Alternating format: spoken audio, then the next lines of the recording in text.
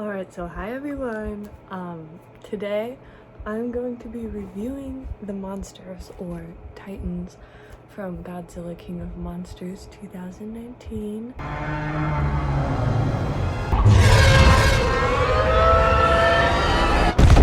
Some people say they don't like big monster movies because the plot is bad. What were you working on? I was looking at recipes. For toast? I do not watch it for the plot. I watch it to see big monsters and look at them go. Here I'm going to be reviewing them for you, so you don't have to actually watch the movie and witness the plot. You could just look at the monsters and also hear my opinions about it. So I've also only seen fashion video essays on YouTube, so I'm going to be drawing most of my inspiration from those videos. I'm going to be rating the monsters on style, historical accuracy, if I could fight them, and just my overall feelings. Okay, so the first monster I'm going to be reviewing is called Methuselah. It is a giant rock that lives. Mountain, actually, not a rock. He's a giant mountain that lives. So he has powers, like he's really good at camouflage, basically because he's so big and you can't see everything else, so everything is just him. Methuselah has like the least amount of screen time in the movie, but he's in there and he has some lore that I have researched and I've come to share with you. According to GodzillaFandom.com, which I do not claim to be a part of, but I did use the website for research purposes, it says, Methuselah was a biblical figure known for living a long time, a trait shared with almost all our other uses of the word Methuselah, including the oldest planet, the oldest star, and proteins that extend the lifespan of insects.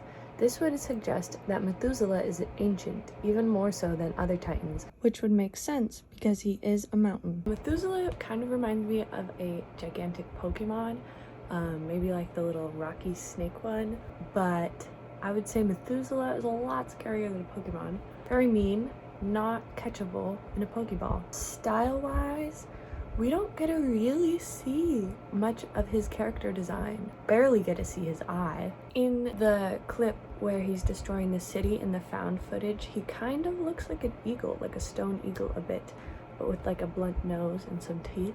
However, when searching for videos of him on Google, the images that I found were pretty fucking terrifying. I give Methuselah a 7 out of 10 for style. I think a little bit could have been done more with the body. Like, I get that he's a mountain, but I mean, the only scary part is his face. For historical accuracy, mountains do exist, but they've never been alive. So I would give it 5 out of 10 for historical accuracy. They missed a major part, but they definitely got half of it right. As for fighting it, I feel like I could not. I would probably just take the L, but he might be the easiest to get killed by since it would just be getting crushed by a rock. So overall, I'm giving Methuselah a rating of 6 out of 10. I do wish he had more screen time.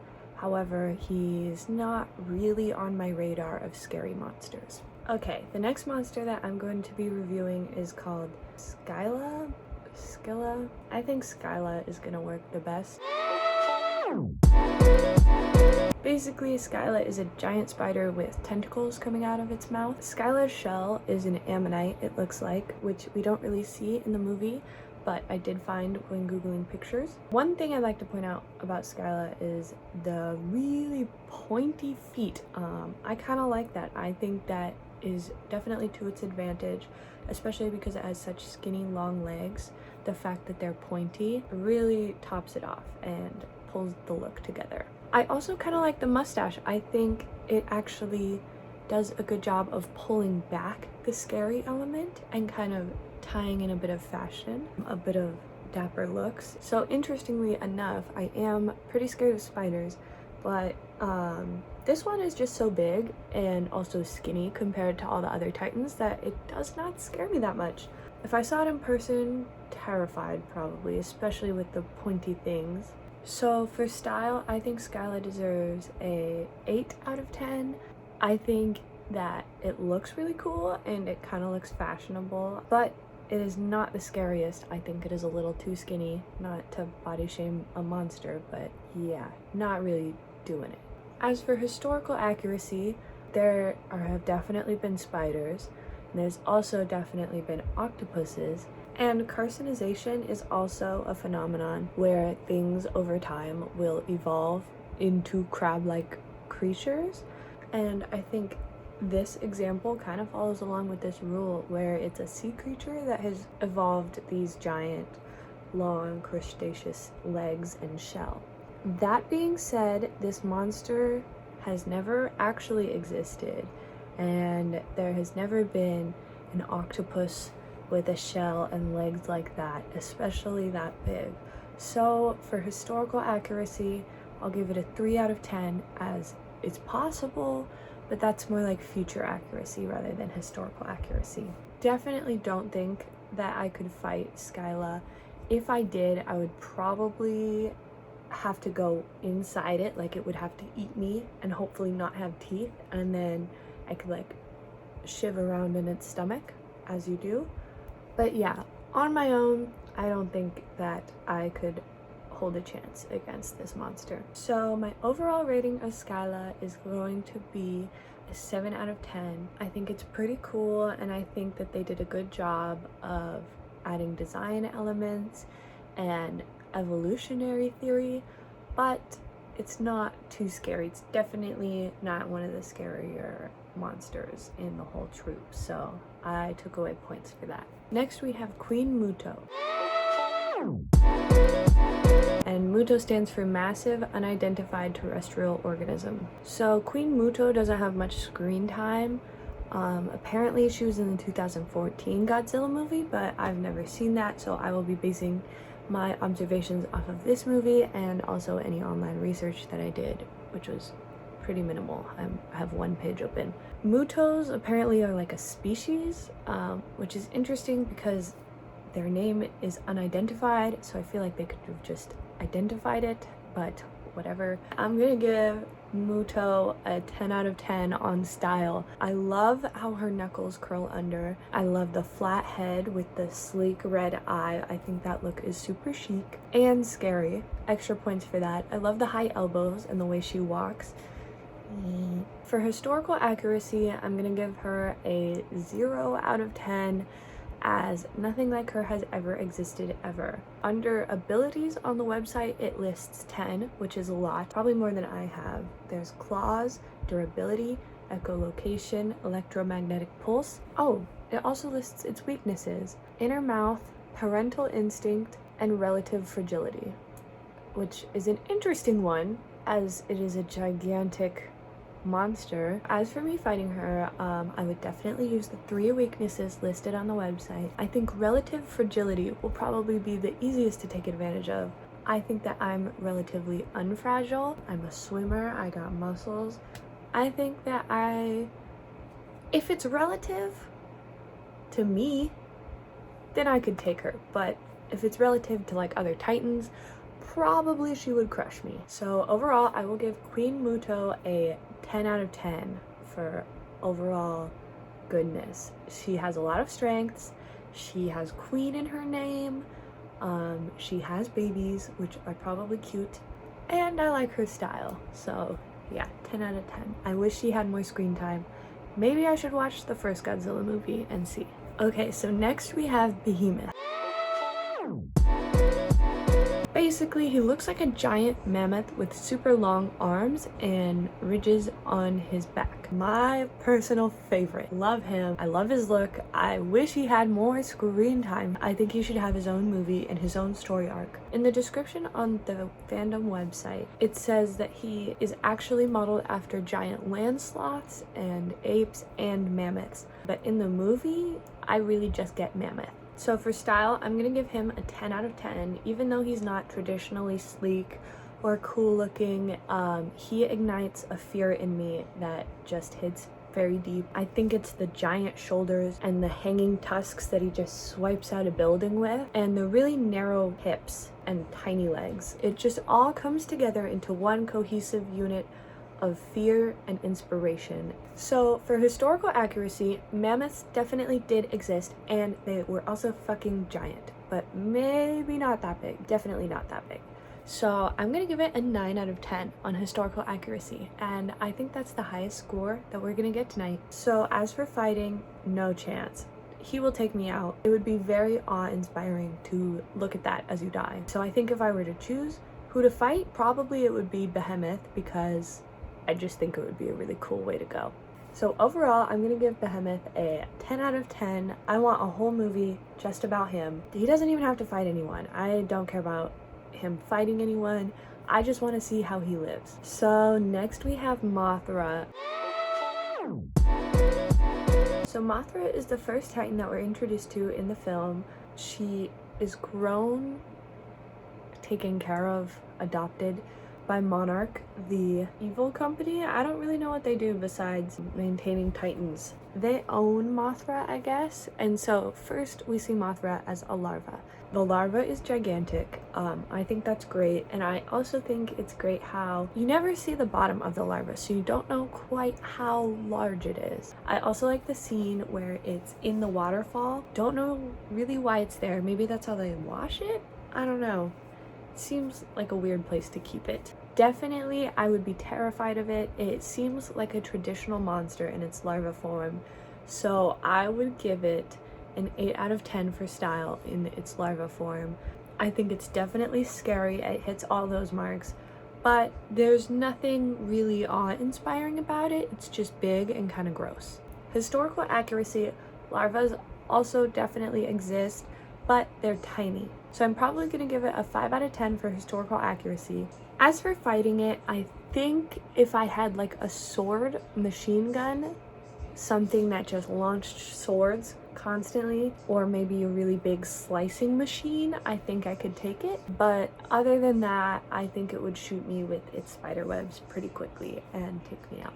And later in the movie, we get to see Mothra after she's hatched and grown into a full-grown moth monster. And she looks amazing. She looks like a damn goddess. It's glorious. I love this scene right here where she breaks through the clouds. It's definitely what I think an angel sighting would have been like in the Bible. So that being said, I'm going to give her a 10 out of 10 on style points. Beautiful, absolutely stunning. She's magnificent, glorious creature. You might think that I would take away points for not being scary enough, but I will inform you that I fucking hate moths. They're terrifying, bad creatures. So the fact that they made this moth beautiful and it's a moth hits both marks for me. Gorgeous. As for historical accuracy, moths do exist, but they're pretty small.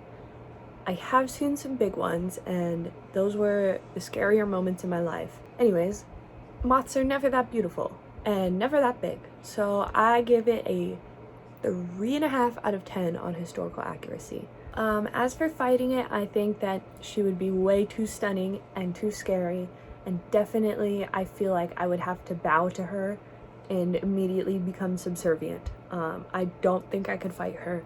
So overall, I'm gonna give Mothra a 9.5 out of 10, as she was kind of boring when she was a larva, but you know, we all have our flop phase. But she was very beautiful as Mothra when she came out and had her wings, and was very glorious. And she was a very good Titan in the movie, and she played for the good guy's side. Also, she shanked Rodan with her butt, which I think was incredible. Yeah, glorious. Okay, so next we have Ghidorah.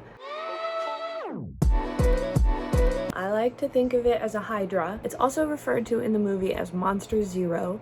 It's an extraterrestrial monster, so it's definitely an alien, which I think is interesting. I think they probably explain how the monster got to Earth, but I don't remember because I don't pay attention to the plot. So the cool thing about Ghidorah is that it can take electricity and other substances and translate that into its own power and use its 3 heads to launch attacks. Another thing that I think is interesting is how the 3 heads seem to be separate, but their body works in tandem. They seem to be communicating with each other in some scenes, which is interesting because it tells you that their brains are not connected in a way where they can hear each other's thoughts, but their body is. So they're all having separate thoughts, but they're all working together in a way where they don't all go in different directions. This suggests that some parts of their brain are connected, but other parts are not connected, probably the ones that include higher thinking and consciousness, while the nerves and the body are all connected throughout all three brains. Another interesting thing is that it has 21 abilities. Some interesting ones are gravity beams, oxygen independency, which can be seen in the scene where they try to blow out the oxygen in the ocean to kill the Hydra, but she rises, whatever, no problem. And they almost kill Godzilla instead, which is like their main fighter. Also, when you cut off one head or like one part of the body, it will grow back unless you burn it at the stump, which is interesting and definitely happens a couple times, until the end in the unsettling scene where Godzilla kind of eats what's left of the head. So for style, I'm gonna give this monster a 9 out of 10. I think definitely scary. I love the giant wingspan. That I think really brought home the high score for me. I like how you can see the electricity running through its belly as it prepares for an attack. And I also like the 3 heads and how they're all pretty scary. So for historical accuracy, I will give this monster a 0 out of 10 because this does definitely not exist and we have never had aliens, especially aliens that big. As for fighting it, you guys are gonna think I'm crazy, but if Percy Jackson did it, he did have Medusa's head, which I do not have, but if I had it, I do think that I could kill this monster. Without Medusa's head, no chance. That thing is big. So overall, I'm gonna give Ghidorah a 9 out of 10. I think it's a great monster and it's referenced a lot in mythology. Plus, the overall character design is really good. It actually turns out that Ghidorah has the most screen time in the whole movie, more than Godzilla. So if you're a Ghidorah fan, that's great. However, this is the bad monster that they're all trying to kill, so maybe not great for the environment. Okay, and next we have Rodan. He's also referred to as the Fire Demon, and that is his colloquial name. I think it's pretty fitting as he came out of a lava volcano. He's on fire and shedding fire. Basically, he's kind of modeled after a really scaly eagle or hawk. I don't really know my birds. I kind of wish I did, so sorry bird people. I wish that I could do better. Also, I do like the fire in his design, but he's also not that big. I mean, comparatively, relatively, he's not that big. So I think I'd subtract some points for that. Also, I don't think he looks very pretty. I don't like the scaly skin. The beak is kind of cool, and the fire is kind of cool. So I'm gonna give it a 7 out of 10 on style. 3 points are taken away for personal preference. For historical accuracy, I'm gonna give Rodan a 0 out of 10 as this creature has never existed and likely won't exist because fire is really bad for most things. As for fighting it, I think that this would be definitely one of my hardest opponents because Rodan can break the sound barrier, and he does that as he's flying and he goes super fast. And one time my dad took me to see an air show and one of the airplanes pierced the sound barrier, and I have not been the same ever since. It scared the shit out of me and it was awful. So I think just flying over me, he would take me out. And that's not even getting to the fire and the beak part of him. I stand no chance. So overall, I'm gonna give him a rating of 7 out of 10. I think he's a good monster, but he doesn't tick all the boxes for me. However, he does tick the right boxes for wiping me out. Finally, Godzilla himself.